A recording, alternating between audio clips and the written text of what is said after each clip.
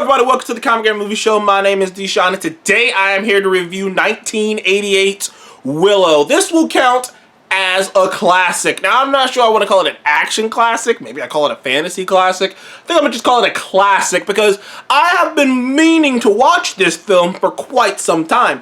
One of the, when Disney Plus really kicked off, like I've mentioned before, there are many films and many things that were on there that a lot of people were excited to see, and like a lot of people were excited to get a new light. Willow is one of those films. Willow is an interesting film because it came out, first of all, it came out in 1988, and it was the next thing George Lucas worked. It was one of the things, like, outside of Indiana Jones and the Star Wars movies, which blew up and became mega franchises, it's like the lesser known thing that George Lucas worked on. A lot of people don't even know this movie even exists, Willow.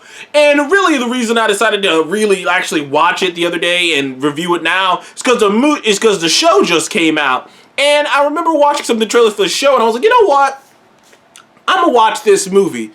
And it dawned on me, I hadn't watched the movie for the same reason it took me a while to watch The Princess Bride, which is because it was so dated, and I was like, am I still going to be able to get any enjoyment out of this? But unlike The Princess Bride, which is touted as, and I will tell you right now, The Princess Bride is the archetype for a blockbuster.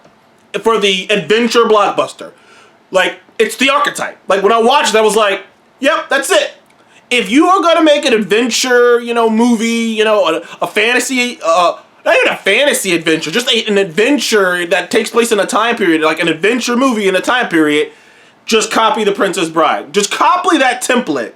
You can do whatever you want, but just copy that template and you got it. And to a lesser extent, Willow also does that. But you can tell, there are some tells with this Willow movie. First of all, Willow to me, after finishing it, Willow to me is like a more digestible version of Lord of the Rings. And what I mean by that is, Lord of the Rings can be a lot. I remember watching the first film with Seth. You've seen Seth. And like, while I'm following and while I'm getting most of it, it's a lot, dude. Lord of the Rings is dense as fuck. I mean, Lord of the Rings, it's just dense. It's Lord of the Rings is like it's a thick steak, man. All right, like it's thick. Whereas Willow is simpler. And it has a sense of humor to it, I thought it was kind of funny. I thought it was very funny. And it has a sense of humor to it that gives it a playfulness. That even when the serious shit's going down, it's not, you know what I mean? It has it has a sense of adventure about it. A sense of adventure. And an underdog main protagonist. So that goes a long way. An underdog main protagonist who is really an underdog. Like, Willow is played by Warwick Davis. Davison. Is it Davis or Davison? I can always forget Warwick's last name. But many of you, it's Davis, Warwick Davis. Many of you would know him as the actor who portrayed Leprechaun for many, many years in the Leprechaun franchise. Made a shit ton of money in those movies. But yeah, Warwick Davis, a lot of people know him for that. And he's been in many other things too. There was a fascination back in the day, with having, I don't know what the actual term for to say it. Because midget sounds bad. I don't know what to say. Midget, small person. I'm gonna just say vertically challenged people, smaller people. Like, there was a weird fascination with smaller people back in the day. I mean, you got like Mini-Me and that one black actor who was in black actor was in so many things back in the day. There was a weird fascination with them, and not in a Peter Dinklage kind of way, where Peter Dinklage is like, you don't even think, Peter Dinklage, I don't even think about his size. Like, whenever Peter Dinklage shows up, the last thing on my mind is how small he is. I'm like, oh shit, it's Peter Dinklage. Like when he showed up in Infinity War, I was like, oh shit. It's that small, it's Peter Dinklage. And Peter Dinklage has kind of changed the game on that whole concept you have about, smaller people in acting. But back in the day, it really was still like, if a smaller person showed up in something, it was a joke.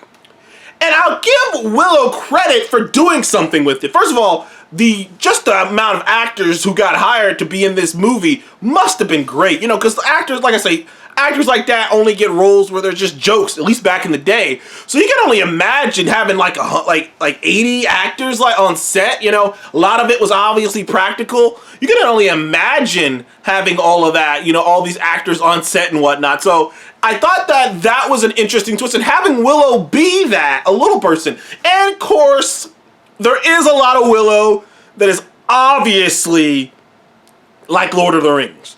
Like from the destiny, from the fact that, of course, the hero is this humble man from this humble, smaller person from this small community of smaller people he's the actual hero of the story. And you know, like, there's a lot of Lord of the Rings, even right down to him finding a disheveled, you know, hero, a disheveled warrior who he rejuvenates and ends up helping him with. Like, there's a lot of Lord of the Rings in Willow, but that's why I said I compared it to Lord of the Rings, because it really is like a slightly, like a, I say more digestible, and it makes me sound like I'm insulting Lord of the Rings. It's a, what's the word I'm looking for? It's like, it's Lord of the Rings light. Like, if you watched Lord of the Rings and you were like, this is a lot, Willow is a good substitute. If you're like, I want that fantasy, but I don't want all of that shit, like all of it, this is a good little substitute. Because in this world, things are a bit different. First of all, magic is nuts in this world. And I thought it was nuts in other worlds. But apparently, as long as you got the gift, which, you know, not everyone has, obviously. There's only 3 mages outside of Willow that we meet in the entire sorcerers. I mean, there's 3 sorcerers we meet in the entire movie, and one of them is, ironically, they have a fucking long-bearded, staff-wielding wise man setting Willow upon his path. So, you know, like I said, there's a lot of correlation there, except their version of Gandalf is, he is a sorcerer, but he's not playing with a full deck. It's funny, though. I like that guy. And like I say, the strength of this movie is its sense of humor, is its playfulness with the fantasy genre. And like I said, it's playfulness with the fantasy genre and the characters. The characters are very well done. Now, I will have a problem. The problems I have with this film is that everything feels rushed. It's a 2-hour movie, so it's about 1 hour and 50 minutes. And things feel like they just kind of, and like, it flies by, but sometimes I need it in a positive way. Like, there are like the relationships and things that need to build. There's no really a lot of time for it to happen. There's just so much happening. And you're like, at a certain point, like a love story kind of comes up, and it's just kind of like, it happens.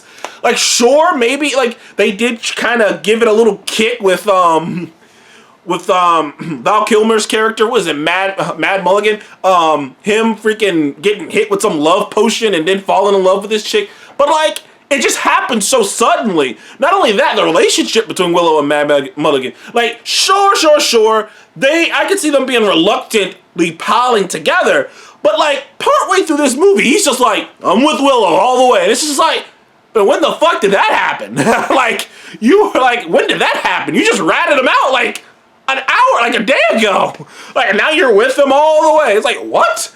Like I said, and the daughter turning on her suddenly, and not to mention there's this whole thing where the main villain of this movie is this queen, this evil queen who's trying to take over everything, you know, standard issue shit. But there's a prophecy about this child who's meant to kill her, and it's gonna be a child, and we know exactly, and then she knows exactly what the marks on the child's gonna be, and you know, this prophecy of this child who's supposed to kill her.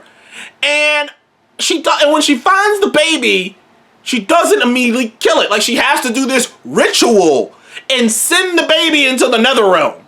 Which I'm like, why doesn't she just kill the baby? And like, they never really explain that. That's a problem with the movie, is that there are at least 3 things that aren't explained and 1 thing that turned out to be useless. And like, like I say, magic is crazy. I mean, at a certain point, Willow accidentally shoots off like a magical bolt at a creature, at a troll, and it grows twice as big, grows 2 heads, starts breathing fire. Like, magic is nuts in this world. Like, it feels like all you gotta do is just like, you gotta know what you're doing. Like, it's dangerous, because clearly if you don't know what you're doing, you can fucking do some crazy shit. Accidentally turn, like, at a certain point, the queen turned the entire Willow's entire army into pigs. Like, it's like, yo, this is OP power right here.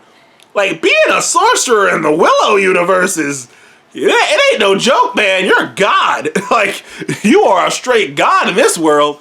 But either way, Val Kilmer was great. He played the roguish type of, what's the word, like, roguish type of, dang, I'm trying to get Han Solo. Which makes sense, George Lucas, because Val Kilmer plays his character on Mads Mulligan just like Han, with the starting off kind of like you know, like, you don't trust this dude. He's slimy, he's despicable, he's cowardly, but then throughout the course of the film, he shows that he does have the heart of a hero, that deep down he really is a hero, and he does the right thing, and he turns out to be a great swordsman, as we all thought he was going to be. You know, but either way, this movie was a weird one. Like I said, this movie, I had a good time with it. Is it, like, revolutionary? No. But I can see why it probably gained a cult following, because there's so much up in the air. Unlike Star Wars and Lord of the Rings and many other fantasies, there's just this film. There's no books or anything. So there's a lot up in the air, and there's a lot up for interpretation, and you can imagine that there had to be a lot of kids who watched this and, you know, watched this when they were younger, because you gotta imagine, like, Lord of the Rings hadn't came out yet. This 1988. There really aren't any huge, big, over-the-top fantasies. At least not like this. So you gotta imagine some kid saw this and was like, wow, like, fantasy. You know, like, some kid saw this and it inspired them to get into fantasy. Because, like I say, there wasn't a lot of big things like this in 1988, fantasy-wise. And from what I remember about the movie, it was supposed to be a hit. It's supposed to be a hit. It was supposed to start a franchise. But just like just like Waterworld before it, I mean, not before, but just like Waterworld, things didn't work out, and, you know, it didn't blow up the way they thought it was going to blow up, and, you know, in the end, the movie kind of ended up becoming what people call a cult following. Cult classic, but a cult classic big enough cult classic that it ended up getting a show that is getting pretty good reviews. So I will be reviewing the show, the first 2 episodes they posted up on Disney Plus. So I'll review those also. I hope that watching the film, after watching the Willow movie, it gives me more context in the show, because I rather did enjoy Willow. As a movie, I give it a 7. It's nothing over the top, but it's very enjoyable. If you're a fantasy person as well, if you're someone who's into fantasy, you will probably get more out of it. You know what I mean? You will probably have a little bit more fun with it if you're into fantasy. If you're willing to deal with those bad dated special effects and certain aspects of it. If you're willing to deal with that, you'll be able to roll with it, because Willow and, you know, Mads Mulligan and a lot of it in the gang, they're very entertaining and they're very fun to watch. You really wish for the best for these guys. Anyways, thank you guys for joining the Copy Game Movie Show. Please like, subscribe, and have you seen the 1988 Willow movie? Comment below and let me know what did you think about that film. Thank you guys again. See you on the next one. Goodbye.